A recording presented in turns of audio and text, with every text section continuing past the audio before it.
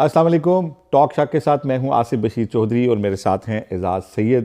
اور آج ہم نے آپ کی دلچسپی کے جن موضوعات پہ بات کرنی ہے اس میں سب سے پہلے بات کریں گے پاکستان نے جو ایران کے اندر جا کر انہیں جواب دیا ہے، اور ایسا زبردست جواب دیا ہے کہ ایران کو بھی ماننا پڑا ہے کہ جن لوگوں کو ٹارگٹ کیا گیا ہے وہ غیر ایرانی ہیں. اس کے بعد آج ہم بات کریں گے سائفر کیس کی، جس میں اعظم خان نے اپنا بیان ریکارڈ کروا دیا ہے، اور اعظم خان اور عمران خان کے درمیان ایک سرگوشی ہوئی ہے. وہ کیا ہوئی ہے اس کی تفصیل میں لوں گا اعزاز سید سے. اور تیسرا ہمارا ٹاپک ہے، آج انتخابی مہم کا آغاز کیا مسلم لیگ نون کے قائد میاں نواز شریف نے حافظ آباد میں ایک جلسہ کر کے. 3 ماہ بعد انہوں نے ایک عوامی جلسہ کیا پاکستان آنے کے. اس کے اوپر بھی بات کریں گے. تو سب سے پہلے میں اعزاز سے پوچھوں گا، اعزاز آج آپ فارن آفس بھی گئے تھے اور آپ نے آئی ایس پی آر کا جو سٹیٹمنٹ ہے وہ بھی آیا. تو منگل کی شب جو ایران نے کنٹروورسی ایک سٹارٹ کی تھی پاکستانی حدود وائلیٹ کر کے، اس کا آج جو جواب دیا گیا اس کے بعد کیا نتائج آپ دیکھتے ہیں، اور اس کی ذرا اپڈیٹ ہمیں بتائیں.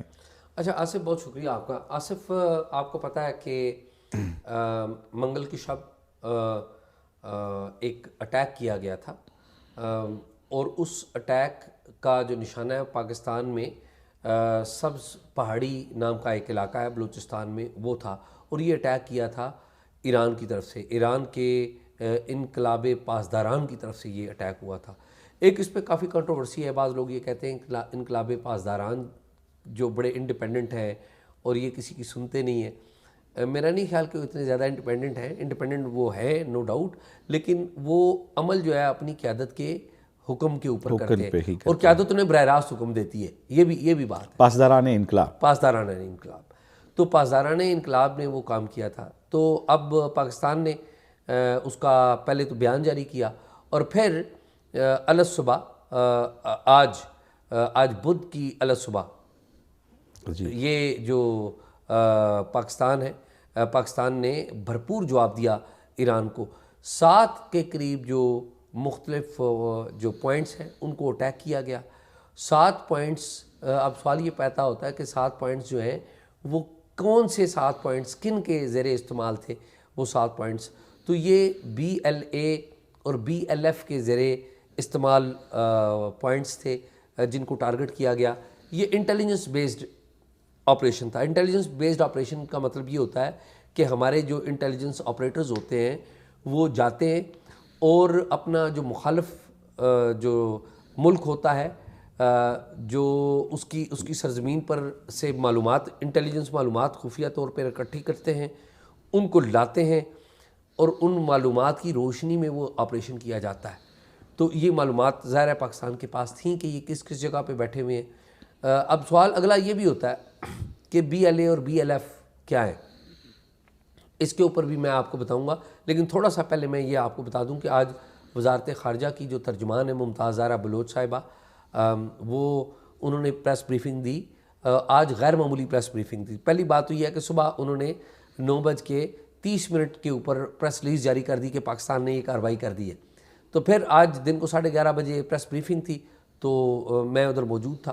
انہوں نے ان سے سوال جواب بھی ہوئے. اب یہ پہلا موقع تھا کہ ایران نے اٹیک کیا، پاکستان نے اس کا جواب دیا، اور ہم جو ہے حکومت پاکستان کی نمائندہ ممتاز زہرا بلوچ صاحبہ سے سوال جواب کر رہے ہیں. تو وہاں پر بڑے دلچسپ سوال جواب ہوئے. تو ہمارے ایک دوست نے ایک سوال کیا کہ یہ بتائیے کہ یہ دونوں طرف جو ہے پاکستان میں ایران نے حملہ کیا ہے اور ایران میں پاکستان نے حملہ کیا ہے، تو دونوں طرف بچے ہی مرے ہیں، مطلب سویلین کیجویلٹیز ہی ہوئی ہیں. تو یہ کیا مطلب کوئی فوجی کیوں نہیں مرا؟ اس پہ خیر بڑے لوگ ہنسے بھی، لیکن وہ جو سوال تھا بڑا ویلڈ تھا. انور عباس میرے ساتھ بیٹھے ہوئے تھے، تو ینگ جرنلسٹ ہیں. تو جواب جو ہے نا، اصل میں سوال کی قدر جو ہے نا جواب بناتا ہے. جب آپ جواب نکلتا ہے تو پھر پتہ لگتا ہے کہ سوال کیا ہے. تو ممتاز زہرا بلوچ صاحبہ نے 1 لائن 2 لائنیں بڑی کہیں جو بڑی اہم تھی. انہوں نے کہا کہ یہ جو اٹیک ہم نے کیا ہے، یہ ہم نے ایران کے عوام کے اوپر اٹیک نہیں کیا، ریاست ایران کے اوپر اٹیک بھی نہیں کیا گیا، بلکہ یہ اٹیک کیا گیا ہے ایران کے ان ان گورنڈ علاقوں میں جہاں پر پاکستان اوریجن کے، یعنی کہ پاکستانی دہشت گرد چھپے ہوئے ہیں. اور دہشت گرد کون سے چھپے ہوئے ہیں؟ میں واپس آتا ہوں پہلی بات پہ، BLA اور BLF کے دہشت گرد چھپے ہوئے ہیں۔ اب یہ جو BLA ہے نا، BLA کی ایکٹیویٹیز تو پرانی ہے، یہ سرفیس پراپرلی کرتی ہے BLA 2000 میں، ایئر 2000 میں، جو مشرف صاحب جب اقتدار میں آئے تو اس کے کچھ دنوں کے بعد کچھ اٹیکس ہوئے تھے، ان میں جو ان کی مدر آرگنائزیشن کہہ لیں، یہ پاکستان مخالف ایک تنظیم ہے جو کہ ایکٹیو ہے بلوچستان کے اندر، لیکن جو ایکچول آرگنائزیشن ہے جو BLF، دونوں کا نام لیا ہے نا، BLA اور BLF کا نام لیا، BLF ہے جسے کہتے ہیں بلوچستان لبریشن فرنٹ، یہ آصف بڑا پرانا ہے، یہ 1964 کا ہے، 1964، اور یہ بنایا کہاں گیا تھا؟ یہ دمشق میں بنایا گیا تھا، بیرون ملک بنایا گیا تھا، اور اس کا مقصد کیا ہے BLF کا؟ کہ وہ آزاد بلوچستان چاہتے ہیں، یعنی کہ ایران کے اندر جو صوبہ ہے پاکستان کے بارڈر کے ساتھ، بلوچستان کے ساتھ، سیستان صوبہ اسے کہتے ہیں، اس کو اور بلوچستان کو ملا کے آزاد بلوچستان کا نعرہ یہ لگاتے ہیں، یہ بھی ریاست پاکستان کے خلاف ہے۔ تو ان دونوں کی ہائیڈ آؤٹس تھیں جو پاکستان کی انٹیلیجنس کے مطابق وہاں پر تھیں، ان کو ٹارگٹ کیا گیا، اور پاکستان نے ایک تو یہ کہا کہ ہم نے ٹارگٹ کیا ہے، ممتاز زہرا بلوچ صاحبہ نے بتایا بھی کہ ہم جو ہماری سوورینٹی کو اگر کوئی نقصان پہنچائے گا تو پاکستان کا کہنا یہ ہے کہ ہم اس کو کمپرومائز نہیں کریں گے، ہم اس کا جواب دیں گے، لیکن ایٹ دی سیم ٹائم ہم مخاصمت بھی نہیں چاہتے، ہم چاہتے ہیں کہ چیزیں آگے بڑھیں۔ تو یہ تھا، فوج نے الگ سے بیان جاری کیا، فوج کے بیان میں تھا BLA اور BLF وغیرہ، یہ فوج کے بیان میں تھے، لیکن اعزاز یہ تو اچھی بات ہے نا کہ ہم نے ایک دوسرے کی فوج کو اٹیک نہیں کیا، ایک دوسرے کی فوجی تنصیبات کو اٹیک نہیں کیا، ایک دوسرے کی آبادی والے علاقوں کو اٹیک نہیں کیا، اور جو 8 گھنٹے کے بعد آلموسٹ ایرانی نیوز ایجنسی کا بیان ہے، اس میں یہ بات کہی گئی ہے کہ جو بندے ایران کی طرف سے کہا گیا ہے کہ جو بندے پاکستان کے اٹیک میں ہٹ ہوئے ہیں وہ غیر ایرانی ہیں، تو اس سے تو اس پاکستانی موقف کو تقویت ملتی ہے کہ ہم نے انہی پوائنٹس کو ٹارگٹ کیا ہے جہاں پہ ہمیں پتہ تھا کہ وہ لوگ ہیں جو پاکستان آ کے ٹربل کرتے ہیں، اور ہم نے ان کو ہٹ کیا۔ آصف یہ بالکل ایسا ہی ہے، لیکن نا یہ تو ٹیکنیکل چیزیں ہیں نا، ڈیٹیل ہے، میرے خیال میں جو ایشو ہے وہ براڈر ہے۔ ایشو یہ ہے کہ بلوچستان کا ایک مسئلہ ہے، اور اکثر ہمارے مرکز میں بیٹھے ہوئے لوگوں کو، جو پالیسی میکرز ہیں، پنڈی میں ہوں یا اسلام آباد میں ہوں، ان کو بلوچستان کے مسئلے کا ہی نہیں پتہ۔ اب یہ واقعہ ہو گیا ہے، دیکھیں نا، بلوچستان بیڈ لینڈ بن چکا ہے، ایک بڑی ہائیڈ آؤٹ بن چکا ہے افغانستان کے اندر جو پاکستان مخالف دہشت گرد تنظیمیں ہیں ان کی، اور ایران کے اندر جو پاکستان مخالف دہشت گرد تنظیمیں بیٹھی ہوئی ہیں ان کی۔ اب سوال یہ ہے کہ یہ علاقہ ہی کیوں بلوچستان ہی کیوں ہے؟ اس میں کوئی وجوہات ہے نا، تو میرے خیال میں ان وجوہات کو ایڈریس کرنے کی ضرورت ہے۔ پاکستان، وہ لوگ جو ریاست پاکستان کے خلاف ہتھیار اٹھا رہے ہیں، اور اگر وہ ریاست پاکستان کو نقصان پہنچاتے ہیں تو وہاں پر تو فوج موجود ہے جو جواب دیتی ہے، جواب دینا چاہیے، ظاہر ہے اگر آپ ریاست کے اوپر ہتھیار اٹھائیں گے تو ریاست بھی آپ کو اسی طرح ہی کرے گی، لیکن ایٹ دی سیم ٹائم کہ یہ جو جنگ ہے وہ تو ایک طرف جاری ہے، میرا یہ خیال ہے کہ اس کے پیرلل جو ہے وہ ایک ان ناراض بلوچوں کو سننے کا عمل بھی ہونا چاہیے، اور ناراض بلوچوں کی جب ہم بات کرتے ہیں نا آصف، تو اس میں ہمارے کچھ ناراض بلوچ بیرون ممالک بیٹھے ہوئے ہیں، ان ناراض بلوچوں میں سے ایک برامداغ بگٹی بھی ہیں جو کہ بڑے اہم ہیں، اکبر بگٹی کے ظاہر ہے گرینڈ سن ہے وہ، اور ان کی بڑی آواز ہے۔ پھر خان افقلات جو ہیں وہ وہاں پر بیٹھے ہوئے ہیں، ان کی بھی بڑی، تو میرا یہ خیال ہے کہ with the passage of time یہ حکومتیں اس کے اوپر بات کرتی رہی ہیں، لیکن کوئی سیریس کام نہیں کرتے رہے۔ سیریس کام کیا ہوگا؟ سیریس کام یہ ہوگا کہ پاکستان کی جو الیکٹڈ گورنمنٹس ہیں وہ ان کے ساتھ مذاکرات کریں۔ پاکستان میں جو پہلے بھی حکومتیں ہیں وہ بات چیت کرتی رہی ہیں، بات چیت کرنے کا اندیہ دیتی رہی، بات ہوتی نہیں رہی۔ نواز شریف صاحب کی حکومت آئی، وہ بڑی سیریس تھی کہ جی ہم مذاکرات کریں گے، جو پیپلز پارٹی کی اس سے پہلے حکومت تھی وہ بھی سیریس تھی۔ عمران خان صاحب کی گورنمنٹ میں بھی بات شروع میں ہوئی، شاہ زین بگٹی کو کہا گیا لیکن کوئی سیریسنیس نہیں دکھائی گئی. شاہ زین بگٹی صاحب نے بھی کوئی اتنا سیریس کام آگے اس کو بڑھایا نہیں. کیوں نہیں بڑھایا یا بڑھا کیوں نہیں ہے؟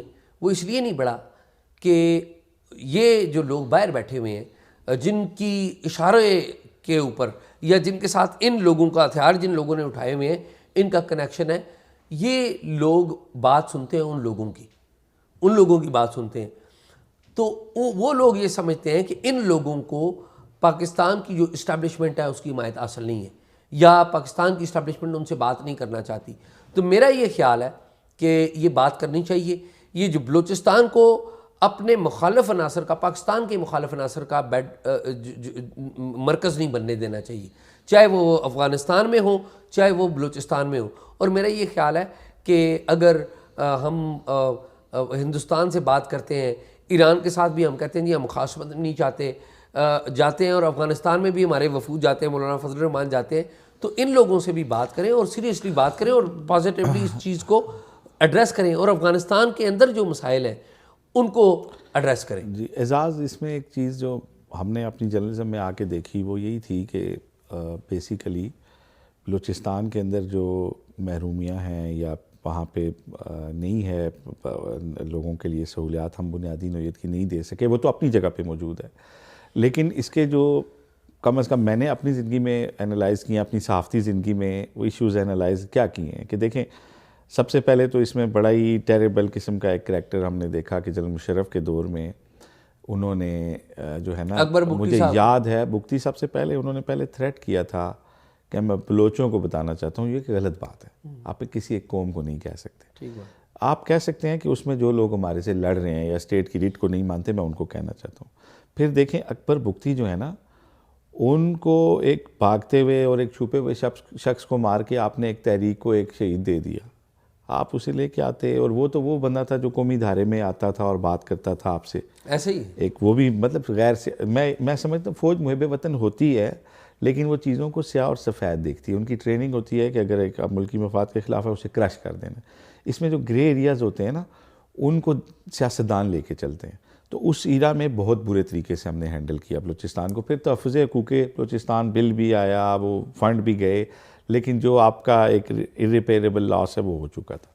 اب صورتحال یہ ہے، اور اس زمانے میں جو بات چیت کرنے جاتے تھے شجاعت صاحب یا دوسرے لوگ، ان کی بات واپس جب آتے تھے تو یہاں سنوائی نہیں ہوتی تھی، ان کو وہاں سنا جاتا تھا لیکن یہاں آ کے پھر ان کی باتوں پہ عمل نہیں ہوتا تھا. تو اب معاملہ کمپلیکس ہو چکا ہوا. پھر پاکستان، یہ جو بلوچستان ہے اس کے اندر پاکستان کے جتنے مخالف ہیں ان سب کا مفاد ایک ہے کہ اگر آپ کی گوادر پورٹ فنکشنل ہو جاتی ہے اور یہ ایک روٹ بن جاتا ہے آپ کا وسط ایشیائی ریاستوں تک، تو خطے کے بہت سارے دیگر ممالک ہیں جن کی پورٹس جو ہیں ان کی اہمیت کم ہو جاتی ہے. اس انٹرنیشنل طاقتیں جو پاکستان کے خلاف ہیں، جو خطے کی جو پاکستان کی دشمنداری ہے، وہ تو یہاں پہ سب کا مفاد ایک ہو جاتا ہے. پاکستان نے اس سارے معاملے کو اسی تناظر میں ہینڈل کرنا ہے اور بہت زیادہ معاملہ فہمی اور جو ہے نا ایک زیرک اور دانا سیاسی لیڈرشپ ہمیں چاہیے. اس کا معاملہ لڑنے سے زیادہ بات چیت ہے. لیکن وہ کہا جان ایلیا صاحب نے کہا نا، بات سنی نہیں، بات کہی نہیں گی، بات سنی نہیں گی. آج تک ایشو جو آیا نا وہ یہی آیا کہ بات کہی نہیں گئی. اب اس موقع پہ جب بلوچستان کے لوگ یہاں پہ لاپتہ افراد کے لیے ایک دھرنا دے کے بیٹھے ہوئے ہیں اور بلوچستان کے اوپر ایک جو ہمارا ماضی کا ایک بڑا دیرینہ تعلق بھی رہا، ایک دوسرے کو تسلیم کرنے کے حوالے سے ایران پاکستان، آج حالات اس نیچ پہ ہیں. تو میرا خیال ہے ایک طرف افغانستان کے ساتھ بھی حالت جنگ ہے، انڈیا کے ساتھ بھی ہمارے معاملات ایسے ہیں، ایران، تو یہ جو امیڈیٹ نیبرز ہیں تینوں، ان کے ساتھ ہم نے ٹھیک ہے اپنی جو ہماری سوورینٹی ہے اس کے اوپر بھی حرف نہیں آنے دینا چاہیے، لیکن ہم نے کسی لیول پر چیزوں کو یہاں تک ضرور رکھنا ہے کہ جو ہے اعتدال میں رہیں چیزیں، اور جو جس طرح کے اگریشن کا مظاہرہ ایران نے کیا ہے یہ کسی بڑے واقعے کا پیش خیمہ جو ہے وہ نہ بنے اور چیزیں بہت زیادہ ایکسلریٹ نہ ہو جائیں. کہیں ایسا نہ ہو کہ خطے میں ہمیں اپنے برادر ملکوں کے ساتھ اور اپنے پڑوسی ملکوں کے ساتھ جو ہے وہ کسی غیر پسندیدہ صورتحال کے اندر جانا پڑے. ایسی بات ہے. تو یہ جو پاکستان کی کارروائی ہے وہ تو چلیں ایک برموقع اور برمحل ہے، اور یقیناً پاکستانی جو ہیں وہ بڑا ایک جو ہے وہ چیٹڈ فیل کرتے تھے کہ ایک برادر ملک نے پاکستان کی ٹیریٹری وائلیٹ کی، ہمیں اعتماد میں بھی نہیں لیا، ہمیں اور اعتماد میں لینے کے بعد بھی شاید انہیں یہ الاؤ تو نہ کیا جاتا کہ آپ یہاں پہ کارروائی کریں.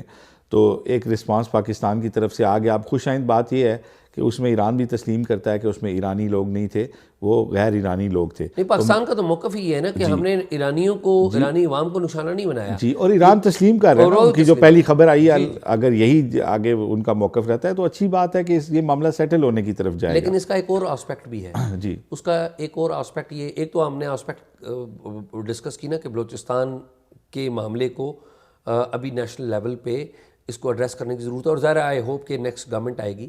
لیکن اس کا ایک اور سائڈ بھی ہے, ایک اور سائڈ بھی ہے کہ میں کچھ ٹویٹر اکاؤنٹس دیکھ رہا تھا جو کہ ایک بڑا پراپیگنڈا کر رہے تھے, پاکستان کے خلاف پراپیگنڈا کر رہے تھے کہ جی ایران کو جواب نہیں دے رہے, یا ایران نے آپ کو مارا ہے تو یہ اچھا کیا ہے. تھے وہ پاکستانی, اور آپ کو پتہ ہے پولیٹیکل پولرائزیشن کی وجہ سے. اب یہ جو جواب دیا گیا ہے, ایران کو جواب دیا گیا ہے, تو میرا یہ خیال ہے کہ اوورآل جو آپ کی نیشنل کانفیڈنس ہے نا لوگوں کا, وہ بھی بڑا ہے. اور لوگ جو ہیں, لوگ دیکھیں نا, فوج کے خلاف یا اس کے انٹیلیجنس اداروں کے خلاف لوگ کیوں بات کرتے ہیں کہ لوگ بعض کہتے ہیں کہ جی یہ سیاست میں ملوث ہوتے ہیں, یہی بات ہے نا.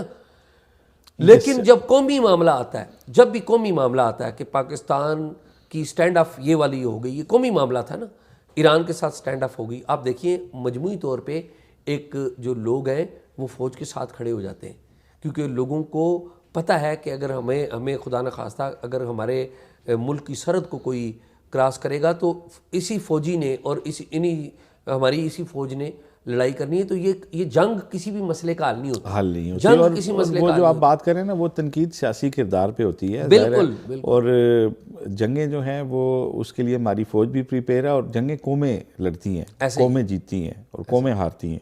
تو قوم جو ہے نا وہ اس طرح کے کسی بھی معاملے پہ مسلح افواج کے ساتھ جو ہے وہ کھڑی ہے, اور لوگوں کے اندر ایک جو آپ بات کر رہے تھے کہ وہ بوسٹ ہوا ہے. اچھا, بائی دا وے آپ کو ایک اور بات بتاؤں کہ جو جتنی بھی نیشنل لیڈرشپ ہے اس نے اس کی مذمت کی ہے.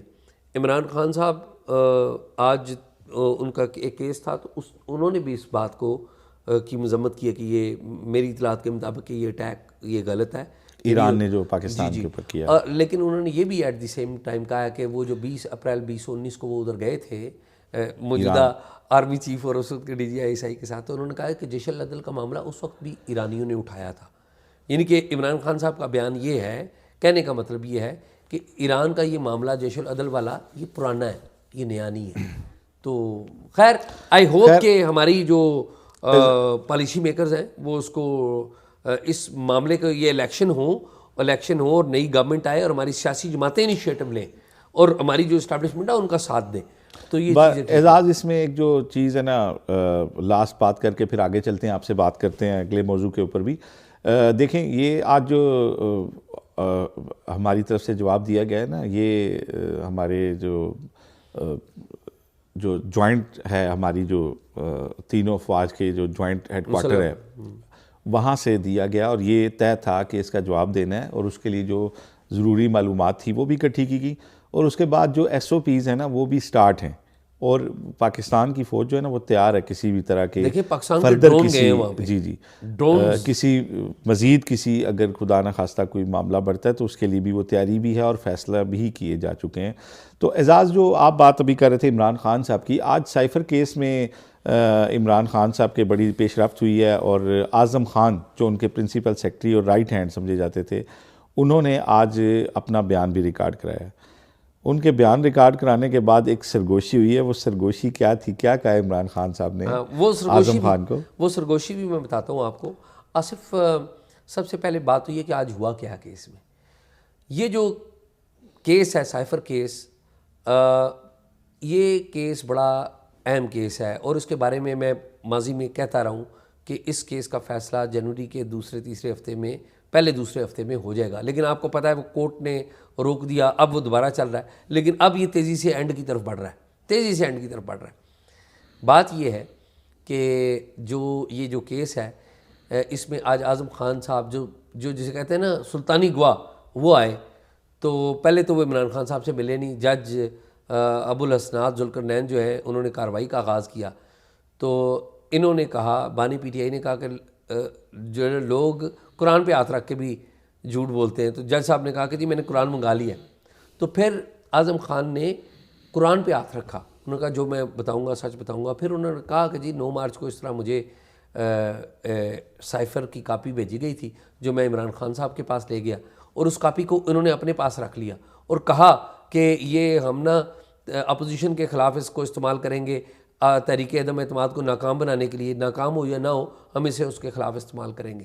خیر جو بیان انہوں نے دیا تھا نا وہ پورا کا پورا انہوں نے سنایا. اب نا جب کیس کی سماعت ختم ہوئی 22 تاریخ اس کی پڑ گئی ہے 22 جنوری, تو اعظم خان گئے عمران خان صاحب سے ہاتھ ملانے.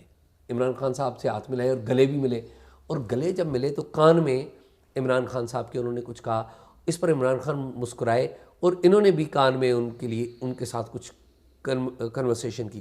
اور میں بتا دیتا ہوں کہ وہ کیا ہے, مجھے آئیڈیا ہے کہ وہ کیا ہے, یعنی کہ میں معلومات 100% نہیں آپ کو بتا رہا, لیکن اٹ از کلوز ٹو. اچھا آپ بتائیں کہ خان صاحب نے کیا کہا ہوگا. کیا کہا ہوگا شاید کیا کہا ہوگا. دیکھیں نا انہوں نے, میرا جہاں تک اندازہ ہے, یہ میں اندازہ بتا رہا ہوں اور یہ اندازہ کلوز ہے. اعظم خان صاحب نے کہا ہوگا کہ خان صاحب میں بڑا مجبور تھا, لیکن یہ جو میں بیان دے رہا ہوں نا اس میں بھی آپ کو فائدہ ہے.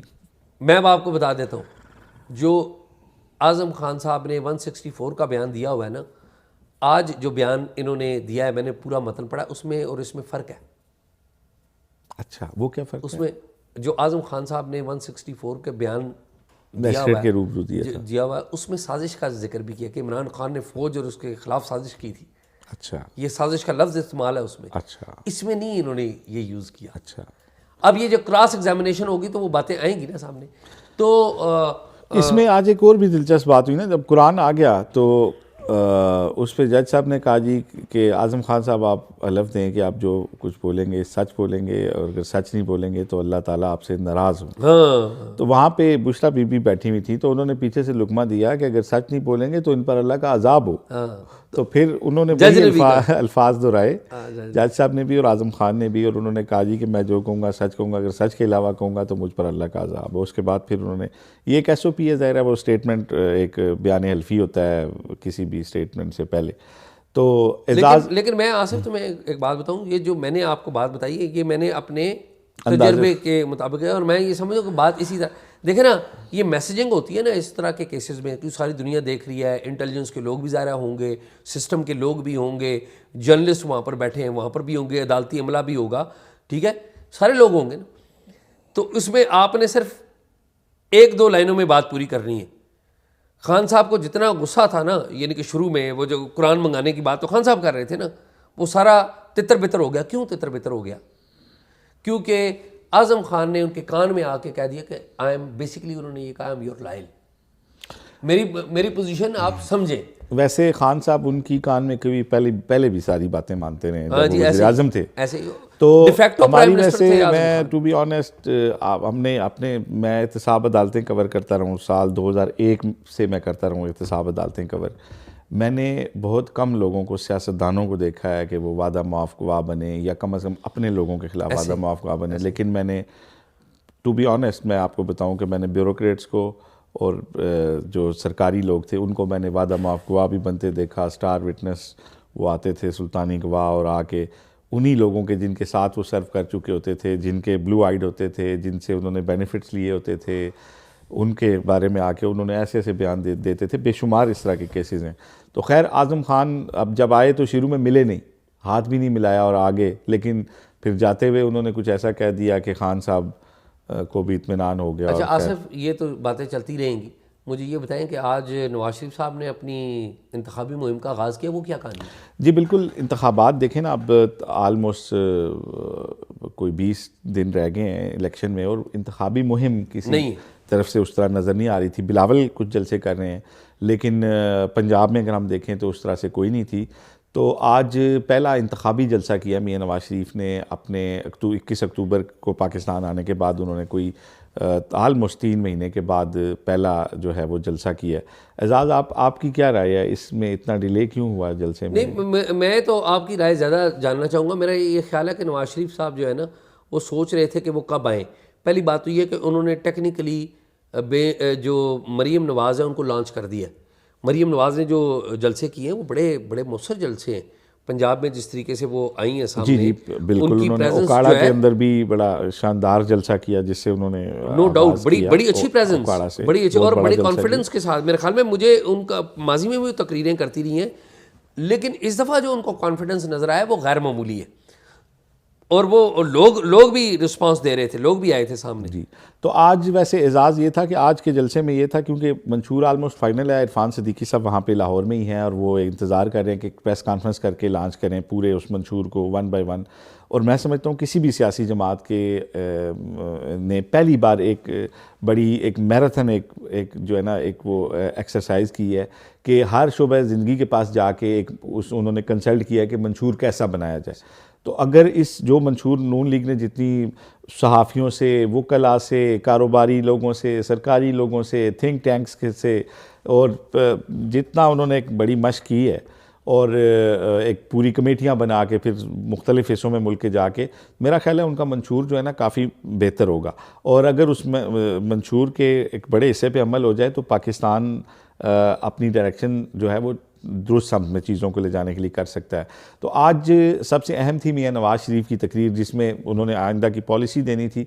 تو انہوں نے بات کا آغاز یہیں سے کیا, وہ جذباتی بھی ہوئے اپنی تقریر کے دوران, اور انہوں نے منع بھی کیا لوگوں کو کہ آتش بازی اور یہ چھوڑو, میں آپ سے تھوڑی بات کرنے ہیں. اور وہ بتایا یہی جا رہا ہے کہ پوری کمپین میں کوئی 1 درجن کے قریب ان کے جلسے ہونے ہیں, اور 1-2 نمبر اس میں مزید ایڈ ہو سکتے ہیں اگر کہیں سے زیادہ زور آیا کسی جگہ سے. تو انہوں نے یہ کہا کہ دیکھو مجھے 5 ججوں نے نکال دیا تھا, میں ایک منتخب وزیر اعظم تھا اور اس بات پہ نکال دیا کہ بیٹے سے تنخواہ نہیں لی, لیکن انہوں نے کہا کہ اگر مجھے نہ نکالا جاتا تو آپ سب لوگوں کے پاس روزگار ہوتا, پاکستان آج اس سے بہت آگے ہوتا جہاں پہ ہم کھڑے ہیں. ہم بہت پیچھے آ گئے ہیں, ہمیں بڑا ٹائم ہمارا ضائع ہو گیا. انہوں نے کہا کہ لوگوں کا کاروبار ہوتا, روزگار ہوتا, ہماری اکانومی ٹھیک ہوتی, آپ کی بجلی اور گیس آپ کو مل رہی ہوتی, اتنی مہنگی نہ ہوتی جتنی آج مہنگی ہے. تو یہ ساری مہنگائی اور ایک عوامی پلس کے اوپر ہاتھ رکھ کے انہوں نے بات کی, اور بہت لمبی بات نہیں کی لیکن انہی مسائل کے اوپر بات کی جو کہ اب زیادہ برننگ ایشوز ہیں پاکستان کے. اور کراؤڈ بہت زیادہ تھا, اور اسی کو دیکھ کے میاں سب جذباتی بھی ہوئے, اور انہوں نے کہا کہ میں حافظ آباد آ کے پھر میں وہ ایک دفعہ مجھے جو ہے نا میں وہ انرجی محسوس کر رہا ہوں. اور مریم نواز نے بھی خطاب کیا جس طرح آپ کہتے ہیں, انہوں نے کہا میں تو پہلی بار یہاں خطاب کر رہی ہوں اور مجھے یہ میں زندگی بھر نہیں بھول سکوں گی, جو آپ لوگوں نے پیار دیا ہے اس کو میں کبھی نہیں بھلا پاؤں گی. تو ایک آج مہم کا آغاز ہو گیا. آنے والے دنوں میں توقع ہے کہ کوئی انتخابی ماحول جو ہے پنجاب کے اندر بھی بنتا نظر آئے گا, اور توقع یہی کی جا رہی ہے کہ شاید آنے والے دنوں میں شہباز شریف, مریم نواز اور میاں نواز شریف جو ہیں یہ 1 سے زیادہ مقامات کے اوپر جلسے کر کے اپنے جو بھی ایریاز ہیں وہ صوبے ہیں ان کو کور کریں گے. آپ سے بہت شکریہ. اور کوئی بات تو نہیں ہے جو آپ نے کرنی ہے؟ پکی بات ہے. اچھا چلیں ناظرین, آپ نے پروگرام دیکھا. ٹاک شاک 777@gmail.com پر آپ ہمیں کوئی معلومات دے سکتے ہیں, کوئی ایویڈنس دے سکتے ہیں. اگر آپ کو یہ پروگرام اچھا لگ رہا ہے یا برا لگ رہا ہے تو اس پہ کمنٹ ضرور کیجیے. اعزاز سعید اور آصف بشیر کو اجازت دیجیے. اللہ حافظ.